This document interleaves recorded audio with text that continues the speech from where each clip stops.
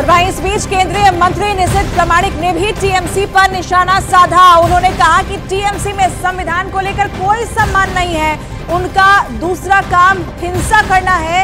जिस दिन हिंसा खत्म हो जाएगी उस दिन टीएमसी भी खत्म हो जाएगी। एक करारा हमला निशित प्रामाणिक की तरफ से किया गया। टीएमसी पर लगातार बीजेपी के नेता प्रहार कर रहे हैं।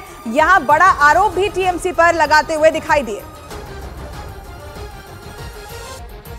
अब तक का सबसे सफलतापूर्वक एनआईए ने जांच किया और बहुत अच्छा उनका जो है पिछले रिकॉर्ड भी बहुत अच्छा है। जो भी केस एनआईए में जाते हैं वो बहुत जल्दी ही सॉल्व होते हैं और बहुत सारे जो अपराधी हैं उनको भी ढूंढ कर निकाले हैं। देखिए, टीएमसी का तो संविधान के प्रति कोई सम्मान ही नहीं है। टीएमसी का तो और एक नाम ही वायोलेंस है। जिस दिन वायलेंस खत्म हो जाएगा उस दिन टीएमसी भी खत्म हो जाएगा। टीएमसी क्या कह रहा है इस पे अमल कम करना ही अच्छा रहेगा।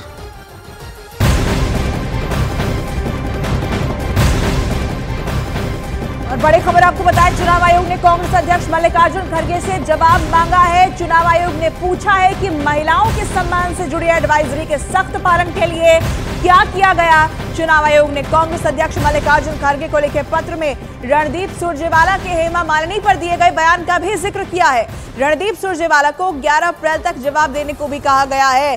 कांग्रेस की मुश्किलें क्या यहां से बढ़ती हुई नजर आती है, क्योंकि चुनाव आयोग ने अब कांग्रेस अध्यक्ष मल्लिकार्जुन खड़गे से इस मामले को लेकर जवाब मांगा। नोटिस उन्हें जारी किया गया। महिलाओं के सम्मान से जुड़े मुद्दे को लेकर क्या किया है कांग्रेस ने, इस पर जवाब मांगा गया है। इसमें हेमा मालिनी पर जो रणदीप सुरजेवाला ने बातें कही थी उसका भी जिक्र है और उनसे भी खास तौर पर इसे लेकर जवाब मांगा गया है। और गौतम बुद्ध नगर से बीजेपी उम्मीदवार महेश शर्मा ने आने वाली लोकसभा चुनाव में बीजेपी की जीत पक्की की बात कही है। तो वहीं समाजवादी पार्टी के उम्मीदवार महेंद्र नागर ने साइकिल से प्रचार किया और जनता से जुड़ने की कोशिश में जुटे हुए हैं। देखिए, दोनों गठबंधन की अगर हम बात करें, इंडिया गठबंधन अपनी परिणति पा चुका है। जो उनका चरम था वो टुकड़े टुकड़े हो चुका है। वो एक, मैं समझता हूँ, कोई नीतियों के आधार पर गठबंधन नहीं है। वो एक खाली समय के अनुसार उनका जरूरतों के, राजनीतिक जरूरतों के अनुसार वो गठबंधन हुआ है। विचारधाराओं का गठबंधन नहीं है। आज उसके कारण जो स्थिति उनकी बनी हुई है, आज वो टुकड़े टुकड़े दिखाई दे रहा है कहीं भी। हमारे यहाँ की अगर बात करें तो दोनों पार्टियों ने, बहुजन समाजवादी पार्टी और समाजवादी पार्टी के गठबंधन ने 3-3 बार अपने प्रत्याशी बदले हैं। तो ये अपने आप में दिखाता है कि उनका आत्मविश्वास कहीं ना कहीं चरमराया हुआ है। वो स्वयं सशंकित हैं अपनी जीत के बारे में, अपने प्रत्याशियों के बारे में।